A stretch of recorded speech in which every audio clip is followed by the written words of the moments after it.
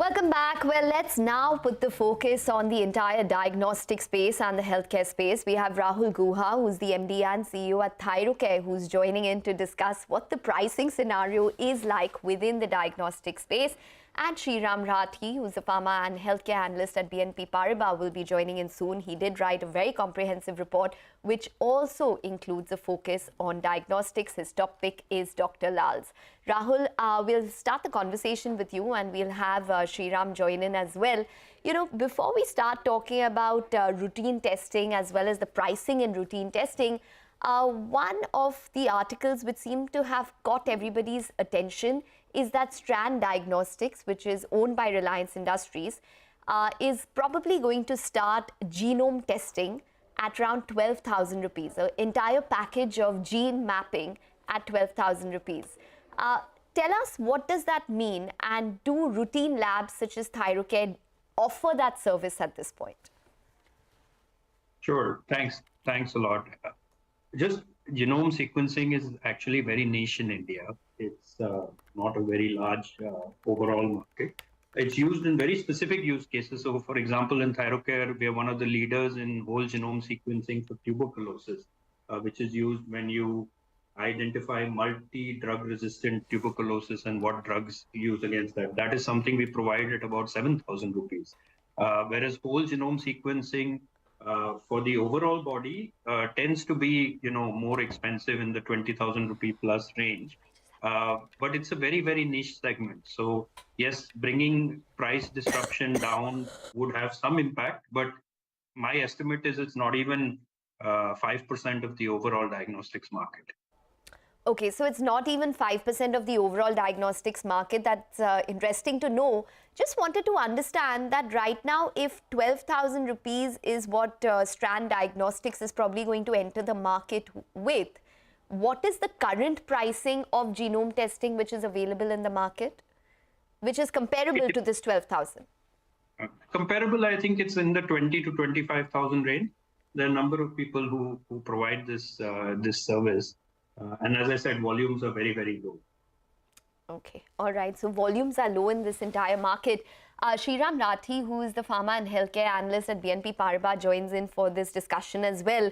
Sriraam, hi. Welcome to the show. You know, we have Rahul Guha of Thyrocare with us. So we're just going to concentrate a little bit on the diagnostic space. You have a top pick, which is Dr. Lal's. You see a buying opportunity in diagnostics. Do you think that the pricing situation is probably behind us, the worst of the pricing situation when it comes to diagnostic labs? Yeah, hi. Thank you for having me here. Yes, in diagnostics, what we are noticing is that new age players, because of whom the competitive intensity had been much higher in the last 3-4 quarters, we have seen that the pricing trend is reversing. There has been significant increase in the final offered price for the patients by those players. And that actually augurs well for the industry, because we have seen that in the last 4 or 5 years, there has been no price increase by the incumbents. This will definitely give an opportunity to the incumbents to increase the price. And there has been no price dip as such in the last 3-4 quarters, despite the competitive intensity. And these companies, the incumbents, have been able to maintain the volume growth trajectory, though lower than the pre-COVID levels. But definitely, it looks like the pricing scenario should be improving going forward. The pricing scenario should be improving going forward. Rahul, just wanted to understand your thoughts on the way forward for business itself. Of course, we're discussing diagnostics, etc. But in your capacity as the person who's also looking at PharmEasy, etc., what do you do? Because there is funding winter. Everyone's talking about all these things. PharmEasy had a plan to go into IPO, etc. Is there a plan to now not do that and maybe reverse merge with Thyrocare already, pre-IPO instead of post? No, there are no such plans on that. Thyrocare remains an independent entity with a separate board and separate governance. So at least at this point in time, there's no discussion of a reverse merger with Thyrocare. Overall, the diagnostics industry from here, I see great opportunity. Volumes today, if you look at our results, we've grown volumes by 47% in the 9-month to 9-month period. Even last quarter with COVID out of the base, we continue to maintain that trajectory with 47% volume growth. That is translated into robust revenue growth, and we haven't diluted margins below what we've been guiding. So it seems like, the diagnostics patients are certainly getting tested in numbers that we haven't seen before. And that's reflected in the volume figures that we've been posting quarter on quarter. And what's the way forward for the PharmEasy IPO? The PharmEasy IPO, we will evaluate, at the appropriate time. As I've shared before, the PharmEasy group or the API group is well funded and is doing a lot to optimize the burn. So at the time when it's appropriate, we'll evaluate the IPO at that time. At this point, we have kept it on hold, as Siddharth has also shared. And we'll pick up the topic when it's appropriate. Okay, all right. That's on the IPO. Just getting back to the business, Sriraam, we've been talking about pricing, and one of your peer group reports has indicated that deep discounts have dropped for the top few tests on online platforms such as Tata 1mg. All of this, what does it mean for the margins, considering that had in fact fallen and maybe stabilized a little, but not improved for most diagnostic companies?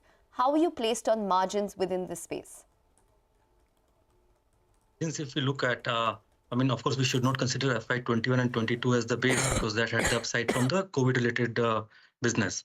But if we look from the perspective of FY15 to FY20, so the margins level are more or less stable. There could be marginal dip of around 50 to 100 basis point from the 26% kind of range.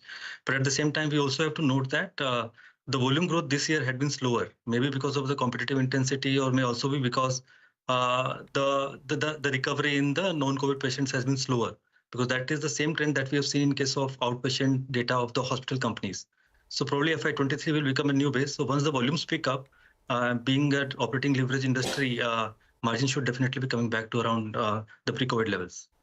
Okay, all right, Sriraam, as well as Rahul, we're going to leave it on that note, but it's been a pleasure. Thank you very much for joining in and speaking with us and providing all of your perspective on the diagnostic space. Well, we need to take a short break with the news that the Bank Nifty is holding up with a gain of around 2%, so no problems coming in there. 41,243 is where the Bank Nifty is at, and the Nifty at 17,562. Time for a break now. On the other side, we'll be looking at today's biggest story, Adani promoters sell off stake. Stay tuned.